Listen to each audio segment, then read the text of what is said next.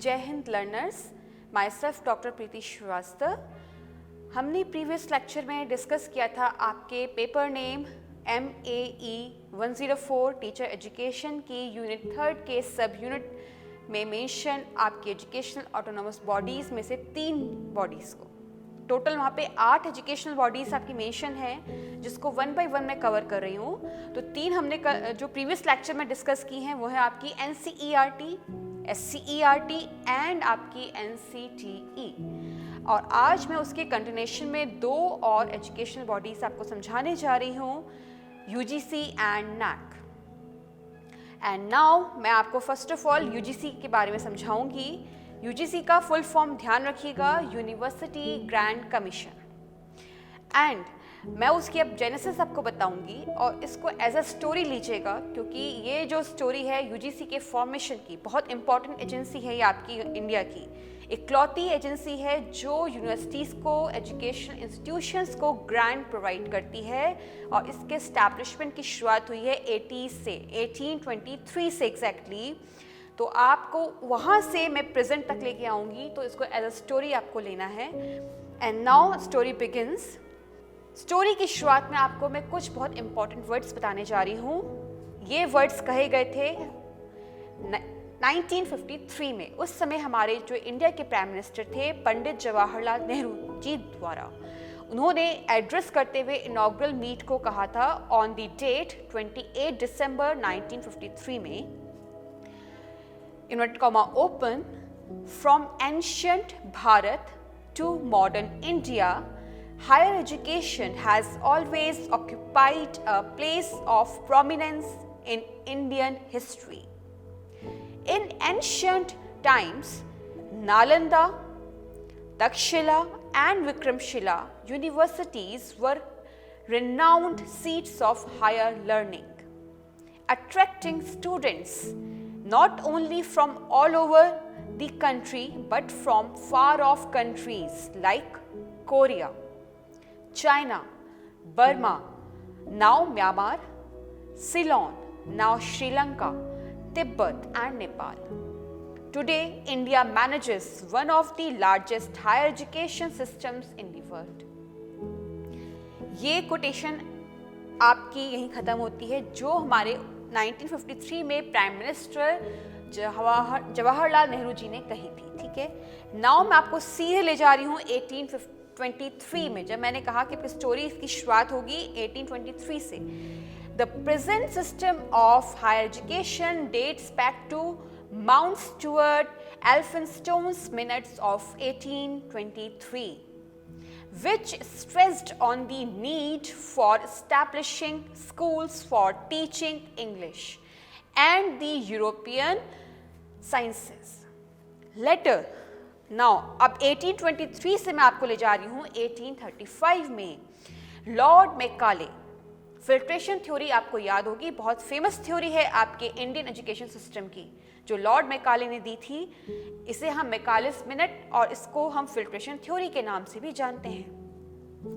In his minutes of 1835 advocated efforts to make natives of the country thoroughly good English scholars.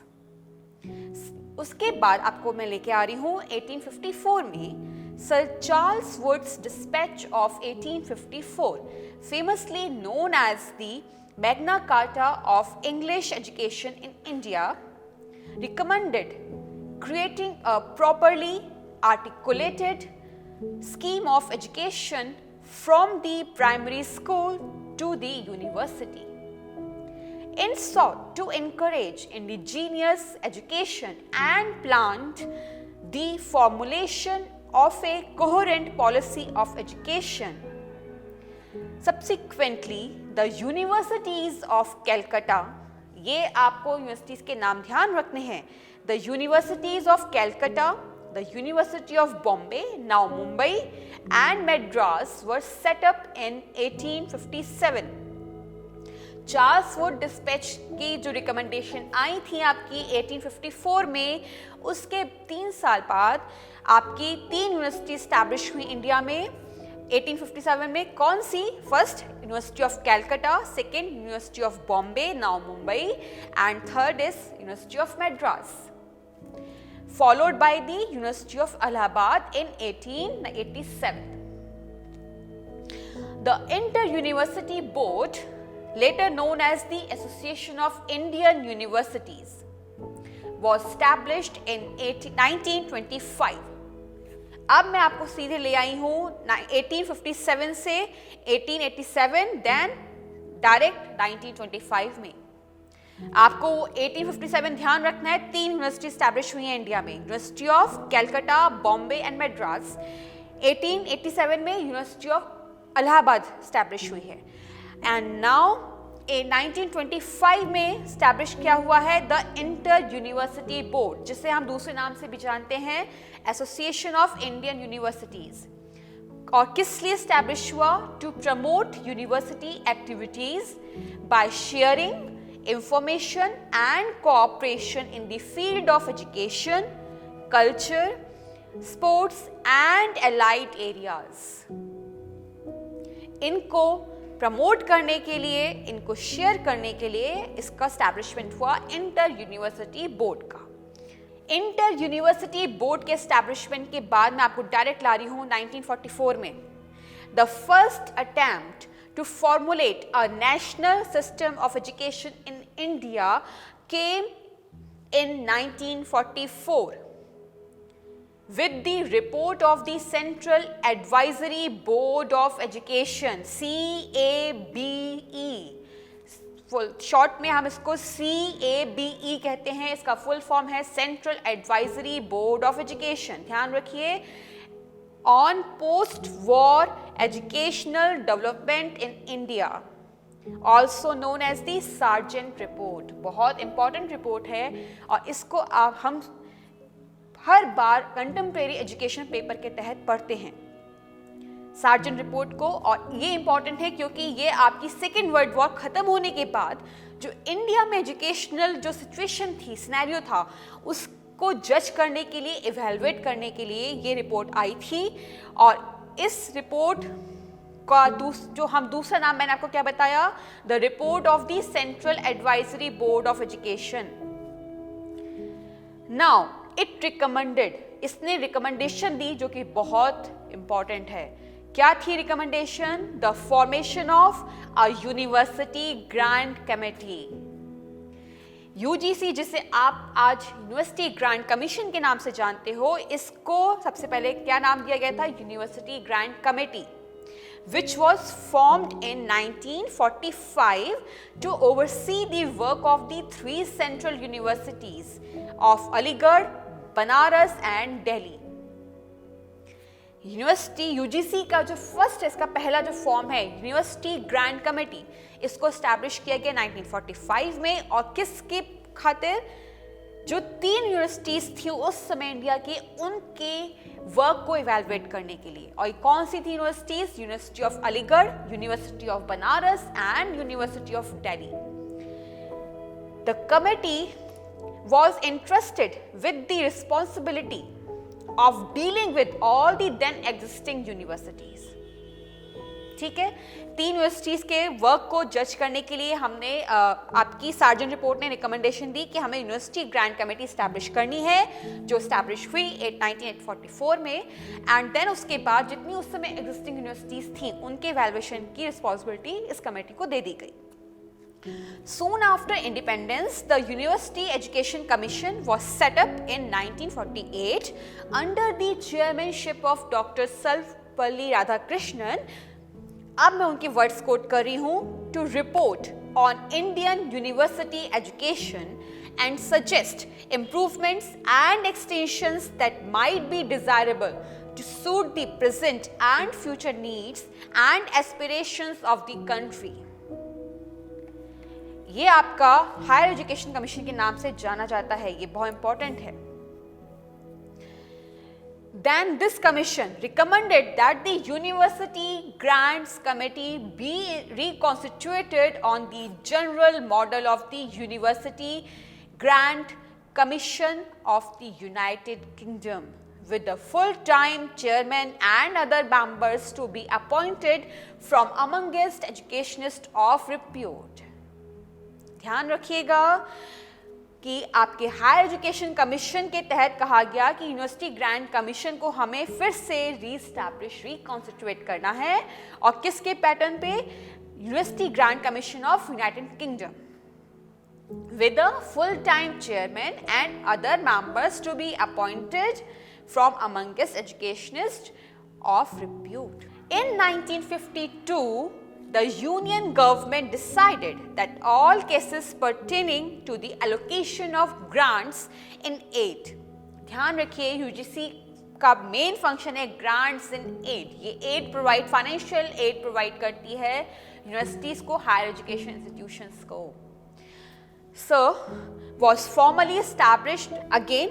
The Union government decided that all cases pertaining to the allocation of grants in aid from public funds to the central universities and other universities and institutions of higher learning might be referred to the University Grant Commission.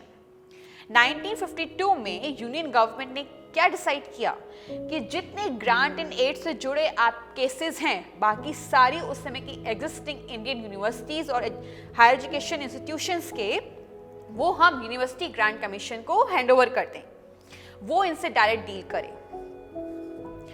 Now consequently the university grant commissions, जिसका short में हम UGC कहते हैं, was formally inaugurated by late Shri Maulana Abul Kalam Azad, the then Minister of Education, Natural Resources and Scientific Research, on 28 December 1953.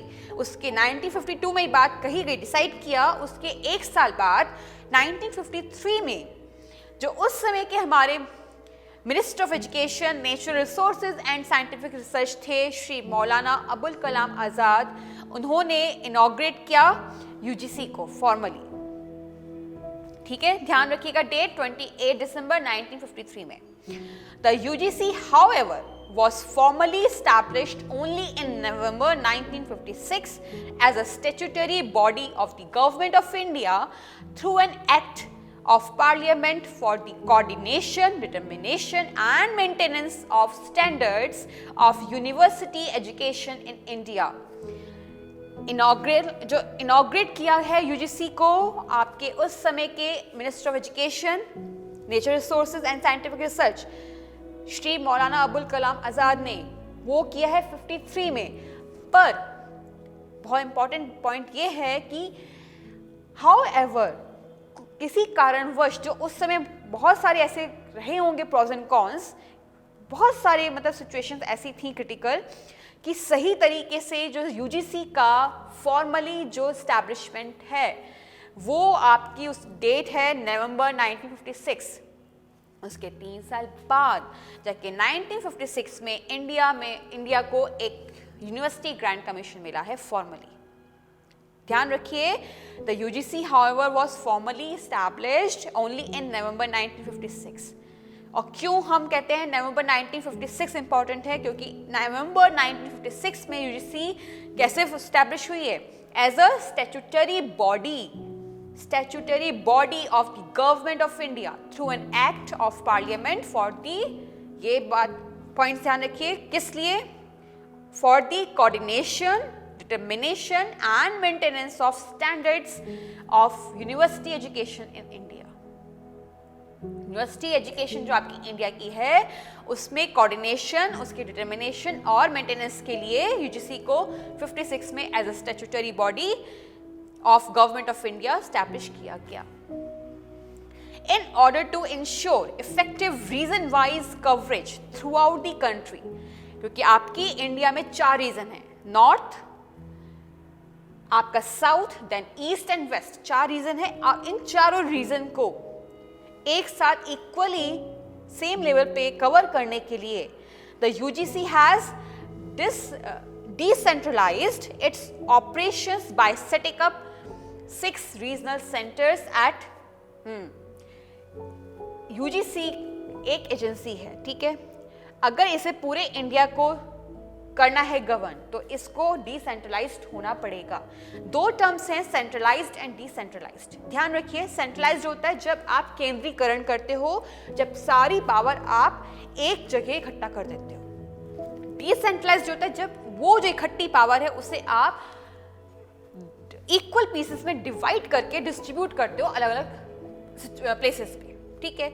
तो UGC ने क्या किया, जितने रीजंस हैं इंडिया के, क्योंकि देखिए 4 तो ये मेन रीजन है आपके, मैंने बताया north, south, east and west. इसके अलावा आपके इन 4 के अलावा भी 4 रीजन और बनाते हैं जब आप इन्हें एक दूसरे के साथ ज्वाइन करते हो, एडिशन करते हो। जैसे नॉर्थ, कई बार कुछ स्टेट्स जो आपकी नॉर्थ और ईस्ट के बीच मिडिल में है, कुछ आपकी साउथ और वेस्ट के बीच में है, तो हम उनके लिए हम क्या, कौन सा वर्ड यूज करते हैं, उनकी सिचुएशन कहाँ है, नॉर्थ और साउथ के, सॉरी नॉर्थ और वेस्ट के मिडिल में, ठीक।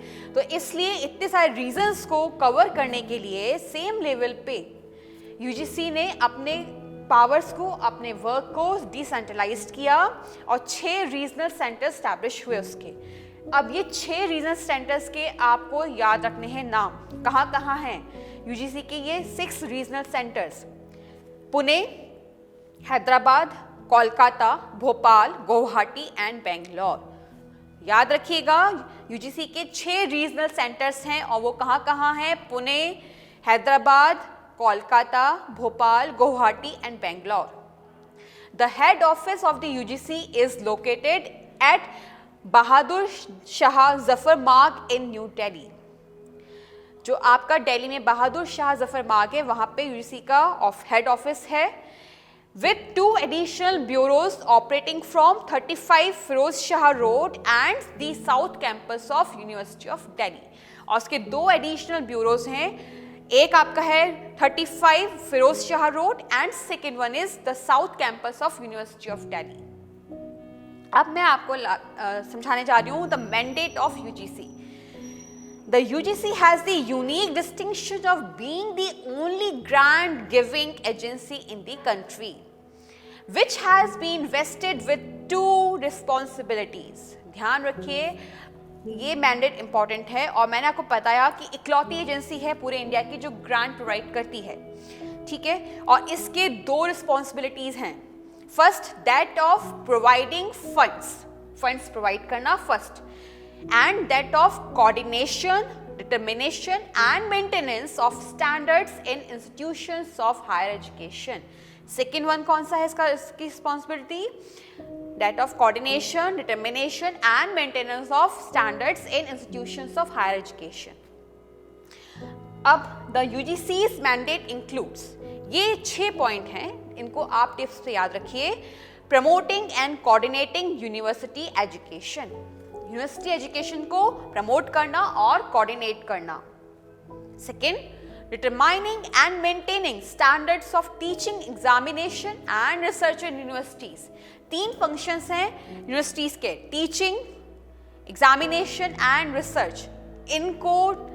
इनके स्टैंडर्ड को डिटरमाइन करना, निश्चित करना और मेंटेन करना।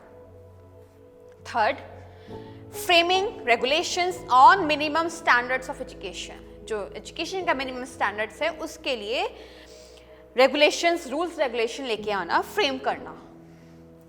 Next, monitoring development in the field of collegiate and university education, disbursing grants to the universities and colleges. Colleges और यूनिवर्सिटी एजुकेशंस, उनके डेवलपमेंट को मॉनिटर करना एंड जो ग्रांट्स हैं उनको डिस्ट्रीब्यूशन करना यूनिवर्सिटीज और कॉलेजेस के बीच में। लास्ट इसका मैंडेट है advising the central and state government on the measures necessary for improvement of university education. Central और स्टेट गवर्नमेंट दोनों को इक्वली एडवाइस प्रोवाइड करना, किस लिए? The measures necessary for improvement of university education. अब इसका लास्ट पार्ट जो UGC का है, लोगो ऑफ यूजीसी, जिसको मैं डिस्कस करने जा रही हूँ। तो पहले आप लोगो देख लीजिए यूजीसी का। ये आपका यूजीसी का लोगो है, जिसमें आपके इस पिक्चर के नीचे लिखा है ज्ञान विज्ञान विमुक्तये, an emblem symbolising the future, ठीक है। आप इस लोगों को आप जहां भी देखिए ध्यान रखिएगा, आप यूजीसी को ही स्टडी कर रहे हैं।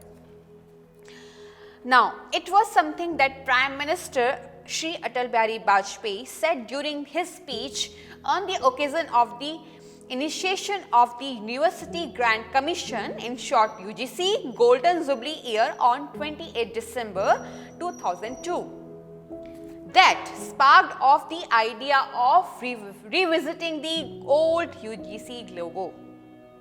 In his speech, Shri Vajpayee spoke of the need to take a fresh look at the UGC Act 1956 in the light of the new challenges for the education sector emerging in the 21st century.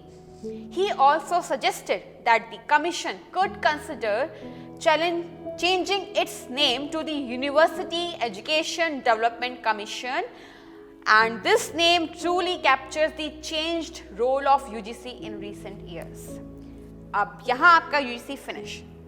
अब मैं next जो topic है आज का NAC उस पे आ रही हूँ। और NAC का नाम हमने कई बार सुना है, बहुत सारी यूनिवर्सिटीज़ के लोगों में आपने देखा होगा, जैसे स्वामी विवेकानंद भारतीय यूनिवर्सिटी के का जो आप देखते हैं, कोई भी बोर्ड हो ऑफिशियल, कोई भी इसकी होर्डिंग हो जहाँ पे आपको दिखाई देगा, इधर तो लोगो है स्वामी विवेकानंद भारतीय यूनिवर्सिटी का और इधर है लोगो जो उसको NAC का A सर्टिफिकेट मिला है। ठीक है, तो ये NAC की इम्पोर्टेंस है कि NAC यूनिवर्सिटीज़ को इवेलुएट करती है, उनका एक्रेडिटेशन करती है, उनकी ग्रेडिंग करती है। जैसे हमारी ग्रेडिंग बीइंग अ स्टूडेंट, जब मैं स्टूडेंट थी तो मेरी ग्रेडिंग, मेरा इवैल्यूएशन मेरे टीचर्स ने किया, आपकी ग्रेडिंग, आपका इवैल्यूएशन आपके टीचर्स कर रहे हैं। ओके, तो सेम इसी तरीके से जो यूनिवर्सिटीज़ हैं, आपके कॉलेजेस हैं, एजुकेशन इंस्टीट्यूशंस हैं, हायर एजुकेशन इंस्टीट्यूशंस, याद रखिए higher education institution, higher education institution की बात कर रही हूँ, हायर, उससे नीचे की लोअर नहीं। हायर मीन्स आपकी जो ग्रेजुएशन से आपके पोस्ट ग्रेजुएट और उससे भी जो हायर की स्टडीज हैं, PhD एंड सो ऑन, उनसे डील करते हैं इंस्टीट्यूशन। इनका इवैल्यूएशन, इनका एक्रेडिटेशन ये एजेंसी करती है। ऑल राइट, अब इसकी थोड़ी सी इसकी शुरुआत सुनिए। आपको मैंने यूजीसी का बताया जो कि 1823 से शुरू हुआ था उसकी जर्नी। ओके, अब इसकी जर्नी इतनी पुरानी नहीं है पर बहुत इंपॉर्टेंट है। अब इसको मैं शुरू कर रही हूँ। India has one of the largest and diverse education system in the world. Due to privatisation, liberalisation, globalisation, 3 terms, ये LPG 3 लेटर्स थे जो मैंने कल प्रीवियस लेक्चर में रिपीट किए थे जब मैं आपको NCERT और SCERT का समझा रही थी। तो फिर से रिपीट कर रही हूँ। Liberalization, L, P, privatization, G, globalization, widespread expansion, increased autonomy, and introduction of programs in new and emerging areas have improved access to higher education. At the same time, it has also led to widespread concern on the quality and relevance of the higher education. LPG की वजह से liberalisation, privatisation, globalisation, उसके साथ आपका जो wide spread expansion है, increased autonomy है, introduction of programmes in new and emerging areas हैं, हायर एजुकेशन एक्सेस करना आसान हो गया है। पर उसके साथ ही एक और कंसर्न है जो पैदा हुआ। हायर एजुकेशन सबके लिए एक्सेसिबल हो गई, पर जो हायर एजुकेशन की क्वालिटी है उसको कैसे मेंटेन किया जाए, क्योंकि जब डिमांड बढ़ती है तो सप्लाई जो है वो उसकी क्वालिटी भी तो ध्यान में रखनी होगी। ये सिंपल आपका फंडा है इकोनॉमिक्स का, डिमांड एंड सप्लाई। अगर आपकी सप्लाई जो आप प्रोटेक्ट कर रहे हो, अगर उसकी क्वालिटी डाउन होगी तो डिमांड तो डाउन हो जाएगी। तो हमें क्या ध्यान रखना है कि अगर डिमांड बढ़ रही है तो हमें उस प्रोडक्ट की क्वालिटी भी तो मेंटेन करनी है। तो सेम हुआ हायर एजुकेशन के साथ, इसकी डिमांड बढ़ी, इसको एक्सेस करना जो सिटीजन्स ऑफ इंडिया थे उनके लिए आसान हो गया। पर इस हायर एजुकेशन की क्वालिटी को कौन मेंटेन करे, उसकी वजह से ये इशू उठा कि क्वालिटी मेंटेन करने के लिए हमें किसी इंस्टीट्यूशन या किसी पर्टिकुलर बॉडी ऑर्गेनाइजेशन की ज़रूरत है। एंड इसको एड्रेस किसने किया है इस कंसर्न को? To address these concerns, the National Policy on Education (NPE) 1986 and the Program of Action 1992. NPE 1986 and उसका जो Program of Action आया 1992 spelled out strategic plans for the policies, advocated the establishment of an independent national accreditation agency. तो इसको solve किसने किया कि हम quality को कैसे मेंटेन करें? उसके लिए आपकी NPE 1986 ने और उसके POA 1992 ने कहा कि हमें एस्टैब्लिश करना है किसे? An independent national accreditation agency को। Consequently, the National Assessment and Accreditation Council, in short NAAC, was established in 1994 as an autonomous institution of the University Grants Commission, in short UGC, with its headquarter in Bengaluru. समझ गए? मैं repeat कर रही हूँ कि जब NPE और POA 1992 ने कहा कि हमें एक independent national accreditation agency establish करनी है, तब आपकी NAAC का फुल फॉर्म फिर से रिपीट कर ध्यान रखिए, NAAC. N stands for national, first A stands for assessment, second A stands for accreditation and C stands for council. Okay, और कंबाइन करिए तो national assessment and accreditation council ये स्टैब्लिश हुई 1994 में as an autonomous institution of the UGC with its headquarter in Bengaluru. The mandate of NAAC as reflected in its vision statement is in making quality assurance an integral part of the functioning of higher education institutions, जिनको short में HEIs कहा है. The National Assessment and Accreditation Council (NAAC) conducts assessment and accreditation of higher educational institutions HEI in short, such as कौन से हैं ये आपके higher education institutions, colleges, universities or other recognized institutions to derive an understanding of the quality status of the institution. क्या institution का कौन किसको समझने के लिए? Quality status of the institutions. NAAC evaluates the institutions for its conformance to the standards of quality in terms of its performance related to educational processes and outcomes, curriculum coverage, teaching learning processes, faculty, research, infrastructure, learning outcomes, resources, organization, governance, financial well-being and student services. इतने सारे points cover करती है NAAC जब वो evaluate करती है किसी higher education institution को. अब मैं NAAC का आपको विजन बताने जा रही हूँ. इसको एस्टेस याद कर लीजिए, छोटा सा है, बहुत बड़ा नहीं है. Vision of NAAC: to make quality the defining element of higher education in India through a combination of self and external quality evaluation, promotion and sustenance initiatives.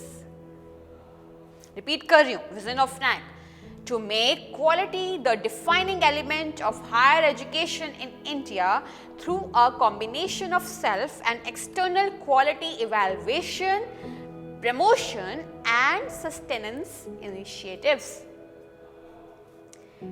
Next है मिशन ऑफ NAAC. इसके अंदर 5 इसके mission mention किए गए हैं.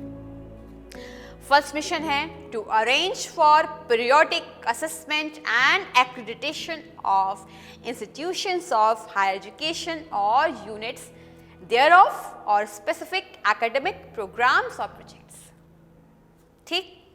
Second mission: to stimulate the academic environment for promotion of quality of teaching, learning and research in higher education institutions. Third, to encourage self-evaluation, accountability, autonomy and innovations in higher education. Fourth, to undertake quality-related research studies, consultancy and training programs.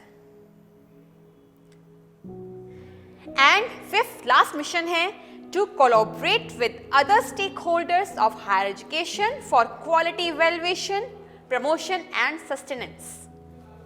And last one is value framework of FNAC to promote the following core values among the higher education institutions of the country. ये values ध्यान रखिए, इनको NAC promote करता है higher education institutions में. 5 हैं contributing to national development. Second, fostering global competencies among students. Third, inculcating a value system among students. Fourth, promoting the use of technology. And last, quest for excellence. Thank you. आपका lecture अभी मैं यही finish कर रही हूँ. अब हम next session में दोबारा मिलेंगे जो आपकी बची हुई बाकी आपकी 3 ऑटोनॉमस एजुकेशनल बॉडीज हैं उनके साथ.